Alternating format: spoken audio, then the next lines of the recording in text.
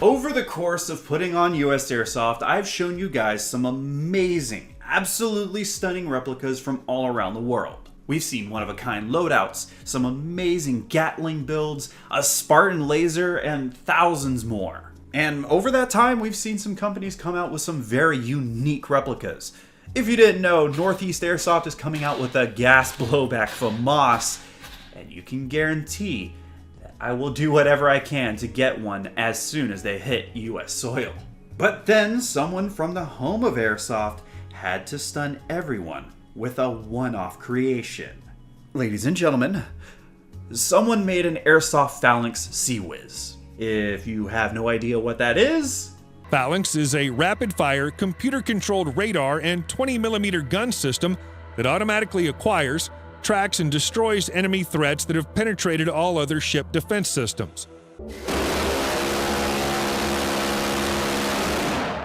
It costs $400,000 to fire this weapon for 12 seconds.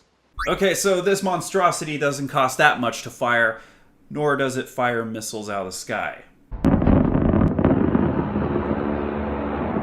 Sadly. But this is still a pretty radical build, and I'm happy to talk about it thanks to our friends at Lilacs who graciously helped me with translations, and thanks to Evike.com who are sponsoring everything that we do here on USAirsoft. Be sure to use our exclusive link anytime you need anything Airsoft, because Evike.com has it all. And I would like to thank Virtual Shot for sponsoring this video and the next one.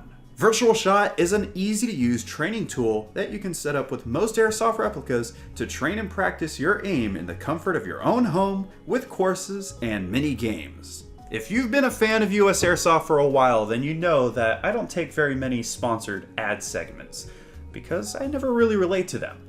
However, Virtual Shot is a little different. I feel like this can help a lot of people out there, so check out the description for all the information you'll need to get your own Virtual Shot set up today. But again, thank you Lilacs for translating, thank you Evike.com, and thank you Virtual Shot for all the help you provide me with. But let's get into the real meat and potatoes here. We have a Phalanx CIWS to talk about after all. So how did we go from playing in the forests around the world to hooking up a 20mm rotary cannon replica that costs $4,500 US to fill up with 900,000 BBs to a pickup truck? Well, you can thank Kogoro, a legendary craftsman who makes even this mind-boggling replica of a closed-in weapon system look like nothing. Despite this thing being so crazy, Kogoro is actually known more for his Karatas builds. The man builds freaking mech suits. Meaning a CIWS is child's play in comparison, made even easier as the primary replica is ripped from Karatas' initial equipment. I hope I'm making this abundantly clear how extensive and intricate Kogoro's work is. Just scroll down his Twitter feed, you'll understand. Kogoro actually considers this build to be in a category of play. This may be a seriously impressive and even scary piece of tech, but when you compare this to this, yeah, pretty big difference in difficulty levels. When I asked if the Karatas project made this CIWS build easy, Kogoro explained, yes, especially after Karatas, 3D printers started to spread, so there was a big difference in that respect as well. Including the production of Karatas, my style is to make things by myself, so the reduction in the amount of work had a big effect. As for the movement part, I had no problems with the hydraulic system that I learned while building Karatas. The hydraulic system that he's talking about would be what powers the movement of this monster. Kogoro is using a 24-volt system that is usually installed in trucks and other large vehicles. A hydraulic motor is used for the yaw axis, and a hydraulic cylinder is used for the pitch axis. The operation is something like a grip-type video game controller, and it's all controlled manually. Due to the characteristics of the Phalanx, we were considering image recognition and automatic tracking. However, I'm afraid that if I forgot to turn it off, I'll become a target myself. So I'm putting it on hold. When I first posted about this Phalanx recreation on the USAirsoft Instagram page, I saw several people saying that they would give up if this truck pulled up to a site near them.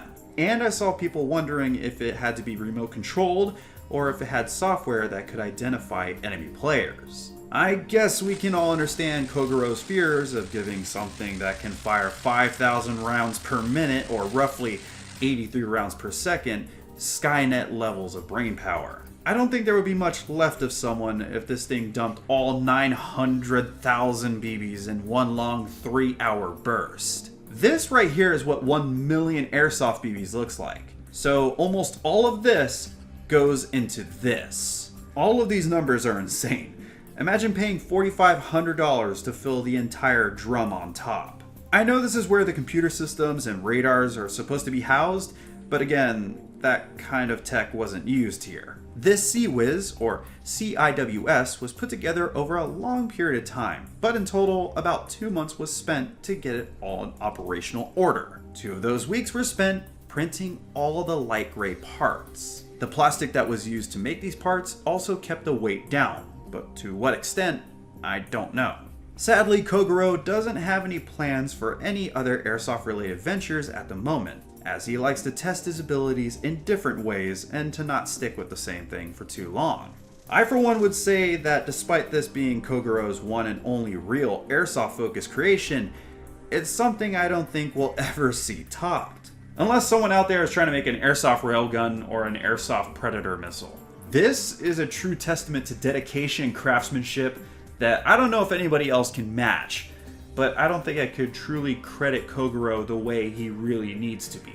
But please, go check out Kogoro's Twitter for all sorts of photos of this work. I really want to thank him for working with me to bring you all this little video.